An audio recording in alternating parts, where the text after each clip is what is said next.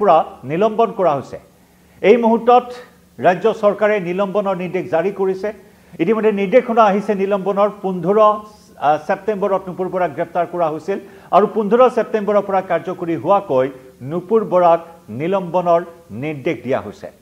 নমস্কাৰ প্ৰিয় দৰ্শক মই জয়ন্ত মাধৱ গোস্বামী আপোনাক স্বাগতম জনাইছো নিউজ 18 অসম নৰ্থ ইষ্টৰ ডিজিটেল লাইভলৈ নুপুৰ বৰাৰ প্ৰসংগ কাৰণ সমগ্ৰ ৰাজ্যত তোলপা লাগি আছে নুপুৰ বৰাৰ কেলেংকাৰীক লৈ নুপুৰ বৰাৰ কেলেংকাৰী মুখ্যমন্ত্ৰী গৰাকী কোৱা অনুসৰি তেওঁৰ কাৰ্যকালত আটাইতকৈ এটা বৃহৎ কেলেংকাৰী ইমান দুৰ্নীতিত নিমজ্জিত হোৱা তেওঁৰ বিষয়া দেখা নাছিল আৰু নুপুৰ বৰা এনেগৰাকী বিষয়া যিনেকি 6 বছৰীয়া কাৰ্যকালত চাকৰিৰ মাত্ৰ 6টা বছৰত ইমান পৰিমাণৰ ধন সংগ্ৰহ কৰিছে য'ত নেকি আয়তকৈ 416 গুণ বেছি নুপুৰ বৰাৰ সম্পত্তিৰ পৰিমাণ বৰপেটাত যোগদান কৰি বৰপেটাৰ পৰা কেনেদৰে দুৰ্নীতিৰ সাম্ৰাজ্য নিয়ন্ত্ৰণ কৰি আছিল নুপুৰ বৰাই সেই আখ্যান ইতিমধ্যে ফাদিল হৈছে সেই আখ্যানৰ আৰু বহুকেইটা পৃষ্ঠা এতিয়া খুল খাবলৈ বাকি আছে আজি গোলাঘাটত অভিযান চলাবলৈ গৈছিল সিএম ভিজিলেন্সৰ দল আৰু সেই অভিযান কালতো আন কিছু বিস্ফোৰক তথ্য সন্মুখলৈ আহিছে ডিজিটেল লাইভৰ জৰিয়তে সেইখিনি তথ্য এই মুহূৰ্তত আপোনালোকক জনাব বিচাৰিছো প্ৰতি মুহূৰ্ততে আপডেট হৈ আছে নুপুৰ আখ্যান যিগৰাকী নুপুৰ বৰা চৰকাৰে মোটা অংকৰ দৰমহা দি ডকাইতৰ ৰূপত এচিএছ বিষয়া হিচাপে ৰাজপত্ৰিত বিষয়া হিচাপে ৰাজচক্ৰ বিষয়া হিচাপে বহুৱাই থৈছিল আৰু সেই ডকাইত ৰূপী টকাৰ খকুৱা এইগৰাকী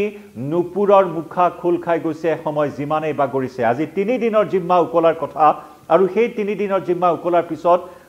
আদালতত হাজিৰ কৰোৱা হ'ব নুপুৰ বৰাক প্ৰথম অৱস্থাত কোৱা হৈছিল যে যিখিনি তথ্য লাগে আটাইখিনি তথ্যই ইতিমধ্যে সিএম ভিজিলেন্সে লাভ কৰিছে কিন্তু এই মুহূৰ্তৰ যিখিনি খবৰ আহিছে সেই খবৰৰ ভিত্তিত আৰক্ষী আজি পুনৰ আদালতত হাজিৰ কৰোৱাই জিম্মাত লোৱাৰ সম্ভাৱনাই অধিক নুপুৰ বৰা আৰু নুপুৰ বৰাৰ সহযোগী নুপুৰ বৰাৰ দুৰ্নীতিৰ সহযোগী লাটমণ্ডল সুৰজিৎ ডেকা যাৰ লগত মিলি নুপুৰ বৰাই দুৰ্নীতিৰ বজাৰ পাতিছিল বৰপেটা ৰাজচক্ৰ কাৰ্যালয়ত এই মুহূৰ্তত সেই নিৰ্দেশনা আমি দেখুৱাইছো আপোনালোকক অসম চৰকাৰৰ ইতিমধ্যে পাৰ্সোনেল বিভাগে এই মুহূৰ্তত সেই নিৰ্দেশনা জাৰি কৰিছে আৰু এই নিৰ্দেশনাত য'ত স্পষ্ট ৰূপত উল্লেখ কৰা হৈছে কাৰণ 15 সেপ্টেম্বৰত নুপুৰ বৰাক গ্ৰেপ্তাৰ কৰা হৈছিল 15 সেপ্টেম্বৰত নুপুৰ বৰাক গ্ৰেপ্তাৰ কৰা হৈছিল ইয়াত স্পষ্টকৈ উল্লেখ কৰা হৈছে whereas Srimati Nupur Bora ACS Circle Officer Goroimari was arrested by Chief Minister Special Vigilance Cell Assam on 15/9/2025 in connection with the Vigilance PS case number 25/2025 under section 13(1)(b), 13(2) and 12 of the Prevention of Corruption Act 1988 and is under detention for more than 48 hours 48 ঘণ্টা ধৰি আৰক্ষীৰ জিম্মাত গটিকে আৰক্ষী 48 ঘণ্টা ধৰি গ্ৰেপ্তাৰৰ 48 ঘণ্টা সময় উকলি গল আৰু তাৰ পিছতে এই নিলম্বনৰ নিৰ্দেশনা আহিছে the governor of Assam is pleased to withdraw the service of Srimati Nupur Bora ACS from the Revenue and Disaster Management Department and the officer is posted as Assistant Commissioner Hailakandi the governor of Assam further in exercise of powers conferred under Rule 6(2) of the Assam Services Rules 1964 is pleased to order that Srimati Nupur Bora ACS the then Circle Officer Goroimari now posted as Assistant Commissioner Hailakandi is deemed to have been placed under suspension from service with effect from the date of her arrest অর্থাৎ 15/9/2025 অর্থাৎ 15 সেপ্টেম্বৰত গ্ৰেপ্তাৰ কৰা হৈছিল and until further order during the period of suspension the headquarters of Srimati Nupur Bora ACS if released from custody will be Hailakandi subject to review if deemed necessary এনেদৰে স্পষ্ট ৰূপত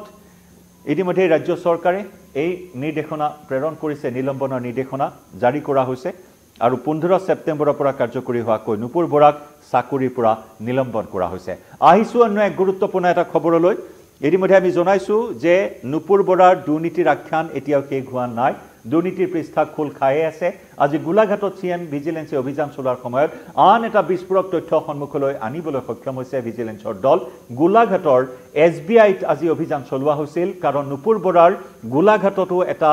locker থকাৰ কথা পোহৰলৈ আহিছিল বৰপেটাৰ লকাৰৰ পৰা প্ৰথম অৱস্থাত 23 লাখ 23,75,000 নগদ ধন উদ্ধাৰ কৰা হৈছে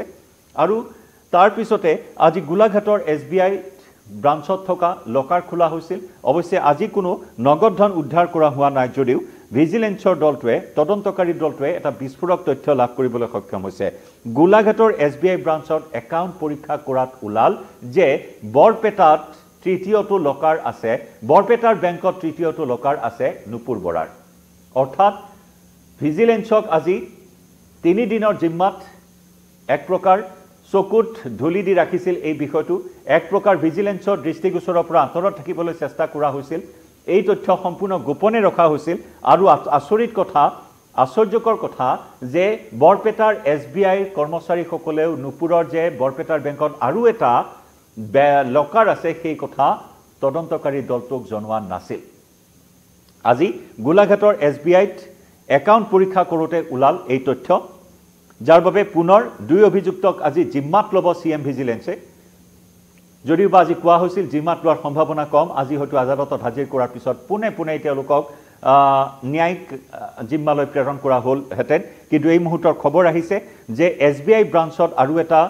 লকাৰ আছে বৰপেটাৰ SBI ব্ৰাঞ্চত আৰু এটা লকাৰ আছে অৰ্থাৎ তৃতীয়টো লকাৰৰ সন্ধান লাভ কৰিছে আৰু কি তদন্তকাৰী দলে আৰু সেই মৰ্মে আজি পুনৰ জিম্মাত ল'ব ভিজিলেন্সে দুই অভিযুক্ত নুপুৰ বৰা আৰু সুৰজিৎ ডেকাক সেই মৰ্মে শনিবাৰে অৰ্থাৎ কাইলৈ আকৌ বৰপেটালৈ যাব ভিজিলেন্সৰ দল আকৌ বৰপেটাৰ SBI শাখাত লকাৰ খুলিব আৰু সেই লকাৰত হয়তো সকলোৰে চকু খুল খোৱাকৈ আৰু গুপ্ত ধন উদ্ধাৰ কৰিব ভিজিলেন্সৰ দলে কাৰণ সেই লকাৰটোৰ তথ্য সম্পূৰ্ণৰূপে আঁৰত ৰখাৰ চেষ্টা কৰা হৈছে ভিজিলেন্সৰ চকুৰ পৰা দূৰত ৰখাৰ চেষ্টা কৰা হৈছে কাৰণ বৰপেটাৰ SBIয়েও এই বিষয়ে CM ভিজিলেন্সৰ দলটোক অৱগত নকৰিলে দ্বিতীয়টো লকাৰৰ কথা জনোৱা নাছিল নুপুৰ বৰাই জনোৱা নাছিল বৰপেটাৰ বেংক কৰ্তৃপক্ষই জনোৱা নাছিল তদন্তকাৰী দলক সেই দিশৰ পৰা যথেষ্ট তাৎপৰ্য বহন কৰিছে যে কৰবাত কেনেবাকৈ বুজাবুজি আছে নেকি নুপুৰ বৰাৰ সৈতে কাৰণ নুপুৰ বৰাৰ যি বৃহৎ পৰিমাণৰ ধনৰ ভাণ্ডাৰ সেয়া SBI লকাৰত থোৱা হৈছিল 23,75,000 টকা ইতিমধ্যে উদ্ধাৰ কৰা হৈছে আৰু টকাৰ লেনদেনৰ বাবে SBI শাখাৰ সেই বেংক কৰ্তৃপক্ষৰ সৈতে এটা ঘনিষ্ঠ সম্পৰ্ক হয়তো নুপুৰ বৰাৰ থাকিব পাৰে বৰপেটাত যেহেতু বৰপেটাত থাকিয়ে এই দুৰ্নীতিৰ বজাৰখন পাতিছিল বৰপেটাত থাকিয়ে শুৱে বাৱে টেবুলৰ তলেৰে লাখ লাখ টকা হৰকাইছিল খিলঞ্জিয়াৰ ভূমি অবৈধ নাগৰিকৰ হাতত গটাই দিছিল মিয়াৰ হাতত গটাই দিছিল সন্দেহযুক্ত নাগৰিকৰ হাতত সত্ৰৰ ভূমি গটাই দিয়াৰ এই খলনায়িকা নুপুৰ বৰাৰ এনেদৰে মুখা খোল খাইছে যে নেকি বৰপেটা SBI কৰ্তৃপক্ষয়ো তদন্তকাৰী দলটোক জনোৱা নাছিল যে বৰপেটাত আৰু এটা লকাৰ আছে নুপুৰ বৰাৰ কিন্তু আজি জুলুঙাৰ মেকুৰী ওলাই পৰিল গোলাঘাটৰ SBIত একাউণ্ট পৰীক্ষা কৰাৰ সময়ত এই কথা ওলাই পৰিল যে আৰু এটা লকাৰ আছে বৰপেটাৰ বেংকত আৰু সেই মৰ্মে পুনৰ জিম্মাত ল'ব আজি অভিযুক্ত দুইজনক জিম্মাত লৈ কাইলৈ আকৌ বৰপেটালৈ যাব ভিজিলেন্সৰ এটা দল বৰপেটাত আকৌ কাইলৈ গোপন ভাণ্ডাৰ কোট আছে সেই লকাৰটোত কিমান পৰিমাণৰ গোপন ভাণ্ডাৰ আছে গোপন ধন আছে গুপ্ত ধন আছে সকলোখিনি কথা হয়তো কাইলৈ আকৌ পোহৰলৈ আহিব অৰ্থাৎ এই তালিকাখন এতিয়া দীঘলীয়া হৈ গৈ আছে এটা লকাৰৰ পৰা টকা ওলাল আনটো লকাৰত হয়তো বৃহৎ পৰিমাণৰ গহনা গাঁথৰিও মজুত কৰি ৰাখিব পাৰে সেই তথ্য এই মুহূৰ্তত চৰ্চালৈ আহিছে মুঠৰ ওপৰত এই তথ্য এই মুহূৰ্তত চৰ্চালৈ আহিছে গতিকে লক্ষণীয় হ'ব কাইলৈ CM ভিজিলেন্সৰ দলে বৰপেটাৰ সেই গুপ্ত ধনৰ ভাণ্ডাৰ কেনেদৰে উদ্ঘাটন কৰে তৃতীয়টো লকাৰৰ দুৱাৰ খুলি তাৰ বাবে অপেক্ষা কৰিব লাগিব আমি পুনৰ জনাইছো আজি আকৌ জিম্মাত লোৱাৰ সম্ভাৱনা আছে গৰৈমাৰীত লৈ যোৱা হৈছিল নুপুৰ বৰাক গৰৈমাৰীত লৈ গৈ কেইবাগৰাকী লাটমণ্ডলক জবাবদিহি কৰা হ'ল কেইবাগৰাকী লাটমণ্ডলক সোধা পোছা কৰি নুপুৰ বৰাক লৈ অনা হৈছে আদালতত হাজিৰ কৰোৱা হ'ব একেদৰে CM ভিজিলেন্সে মাৰাথন জেৰা চলাই আছে নুপুৰৰ দুৰ্নীতিৰ সহযোগী অবৈধ প্ৰেমিক বুলি যাক কোৱা হৈছে সুৰজিৎ ডেকাকো মাৰাথন জেৰা চলাই আছে দুয়োকে আজি পুনৰ জিম্মাত লোৱাৰ সম্ভাৱনা আৰু তৃতীয়টো লকাৰৰ সন্ধানত কাইলৈ পুনৰ অভিযানত নামিব CM ভিজিলেন্সৰ দল যাব বৰপেটালৈ ইতিমধ্যে নুপুৰ বৰাক নিলম্বন কৰা হৈছে মুখ্যমন্ত্ৰী ডক্টৰ হিমন্ত বিশ্ব শৰ্মাই কৈছে কঠোৰ পদক্ষেপ গ্ৰহণ কৰা হ'ব হয়তো চাকৰি হেৰুৱাব পাৰে নুপুৰ বৰাই তাৰ ইংগিত প্ৰদান কৰিছে মুখ্যমন্ত্ৰীয়ে প্ৰিয় দৰ্শক আপুনি কি ভাবে কাৰণ মুখ্যমন্ত্ৰীয়ে কৈছে যে এনে দুৰ্নীতিগ্ৰস্ত ভ্ৰষ্টাচাৰী ৰাজপত্ৰিত বিষয়ৰ এখন তালিকা CM ভিজিলেন্সৰ হাতত আছে ৰাডাৰত ৰখা হৈছে এনে দুৰ্নীতিগ্ৰস্ত বিষয়াসকলক তাৰ সমান্তৰালকৈ মুখ্যমন্ত্ৰীয়ে দুটাকৈ হেল্পলাইন নাম্বাৰো মুকলি কৰিছে গতিকে ৰাইজক অভিযোগ দিবৰ বাবে মুখ্যমন্ত্ৰীয়ে আহ্বান জনাইছে যাতে যিসকল লোকক হাৰাশাস্তি কৰি আহিছে ৰাজচক্ৰ বিষয়াৰ কাৰ্যালয়ত ৰাজচক্ৰ বিষয়াৰ পৰা আৰম্ভ কৰি লাটমণ্ডল অন্যান্য কৰ্মচাৰীসকলে সেইসকলক নাকি লগোৱাৰ বাবে তাৎক্ষণিকভাৱে ব্যৱস্থা গ্ৰহণ কৰিবলৈ ৰাইজক অভিযোগ দিবলৈ আহ্বান জনাইছে গতিকে এই ব্যৱস্থাৰ জৰিয়তে এই পৰম্পৰা নিষেধ কৰিব পাৰিবনে নাই চৰকাৰে জনাব পাৰে আপোনাৰ মতামত আৰু নুপুৰ বৰা বিৰুদ্ধে চৰকাৰে কেনে ব্যৱস্থা গ্ৰহণ কৰাটো আপুনি বিচাৰে কিয় জনাওক কমেন্ট সেকশনত ডিজিটেল লাইভৰ পৰা এই মুহূৰ্তত বিদায় লৈছো নমস্কাৰ